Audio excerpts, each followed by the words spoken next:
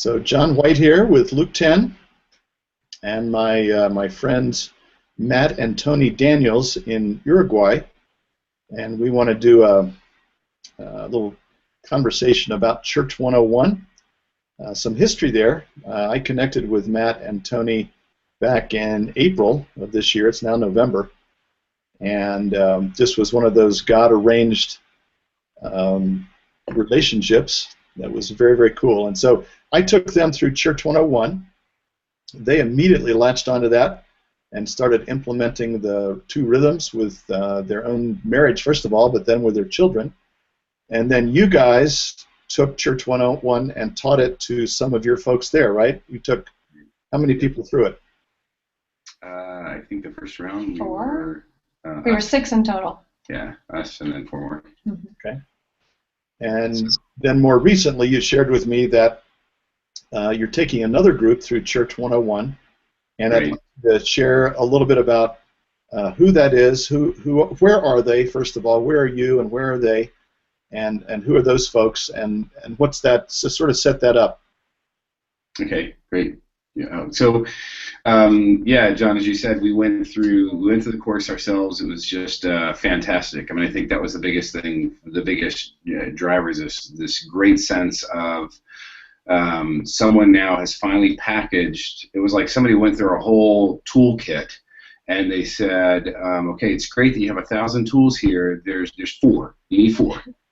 And this one, that one, that one, and that one, and now we're going to start using them. And it was just, for us, it was like a sense of, okay, everything else is valid, but this has just brought it down to the bare bones of what's absolutely necessary at the beginning, and I think it unleashed a whole lot of energy for us. If I had to say, I would say that it actually gave us a place to practice all the tools that we have. Well, you're right. In 2 very basic rhythms, which is so simple, but yet so complex and profound, it has the potential to be. So yeah, that's smarter than me. That was but for me, it was freeing because I go, Right. I have a lot of skills and tools, but to be able to actually practice to keep it simple, right? in a simple way is challenging for us at times. So we have a community here.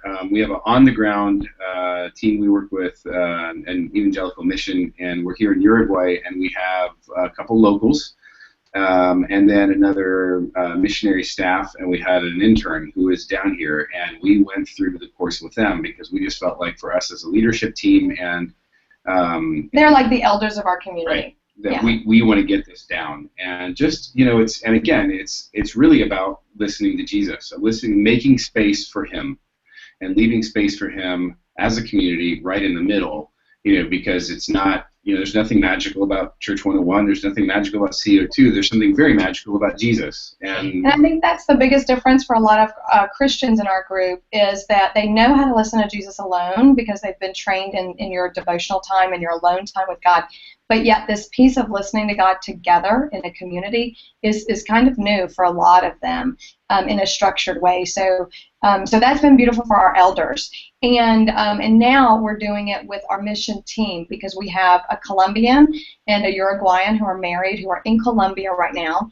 And then we have another U.S. couple who are in Oregon raising their funds to come back to Uruguay. And we will all be serving together at a training center here. And so we really wanted to help them start practicing the skills so that when we all land back here, we all have been prepared and trained for what we're going to do together when we get back. So that's the group that we're doing it with, and they're all seasoned missionaries, Christians for most of their lives. And in spite of that, it has been amazing to do these simple rhythms together because their comments after our first week were things like one couple said, I need this desperately, and if I had had this the last 6 months of my life, I wouldn't have felt so alone.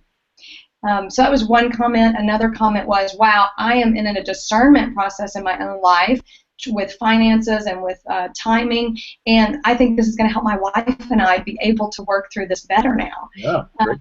So just beautiful to see seasoned missionaries and church leaders finding these simple rhythms together in community is very helpful. And they not only are looking forward to the next 4 weeks, but they're like already thinking, how can we continue this when we're done? Yeah, and you said one of them talked about their children as well, right? Yeah, we had friends of ours they're going through their kids are going through cross-cultural transition, and they said, hey, as a couple, we've been trying to do this. We've actually hit it more as we've done it as a family, as our kind of our key area of practice. And one of their kids, both their kids, just heard some really authentically genuine, powerful words that no parent could have ever come up with. That wasn't smart enough to really put Jesus put his finger on the deepest area of need in the heart of a 19-year-old and in the heart of a 14-year-old, and they sensed his presence. And yeah, the 19-year-old just has been mourning everything he lost here because they moved from Uruguay to the States, and he's in college now. And he just sensed the Lord say, in order to rebuild you, you had to lose everything. And for parents to watch Jesus say that to their own child is very powerful. And they said that he was actually felt hopeful and stronger because of that. Whereas if a parent had said that to a kid, it might come across rude or not validating. But somehow Jesus says it validates him and at the same time gives him a different perspective that gave him hope. And that's just beautiful stuff. And they said, we've been doing family devotions all of our life, but it never really clicked, and we just didn't really know how to be the body together. And this is what we've always wanted family devotions to be. Sweet. And you're doing this with Google Hangout, so right. Yes. So we're doing this with the Google Hangout, and what's really neat about this, I think, is that from the moment you move from talking about it. And we're from a group of very, very cynical late starters, non-joiners, and so there's a lot of people that are just like, is this another thing we're going to do? But there's enough sense of, wow, we've seen a change in you guys since you guys have been practicing this. We're pretty enthusiastic. We like the idea of hearing from Jesus, so okay, we'll play. And we'll experiment, as you like to say, and without fail, every single person that when we've actually all made a space together, and I think as a leader of a C101 cohort, I almost skipped the listening time on our first class. I was like, well, let's talk about this, and I went, well, if we don't do the listening, we might not get to it, so let's start there. And there's always this fear of like I got to pony up lots of money if Jesus doesn't speak, I've got to somehow compensate if he doesn't say anything, and the sense that he says, yeah, I always speak when my kids listen. And so to really own, this isn't about something I transmit to these people in this course with me. This is about me having the risk, taking the faith to be silent.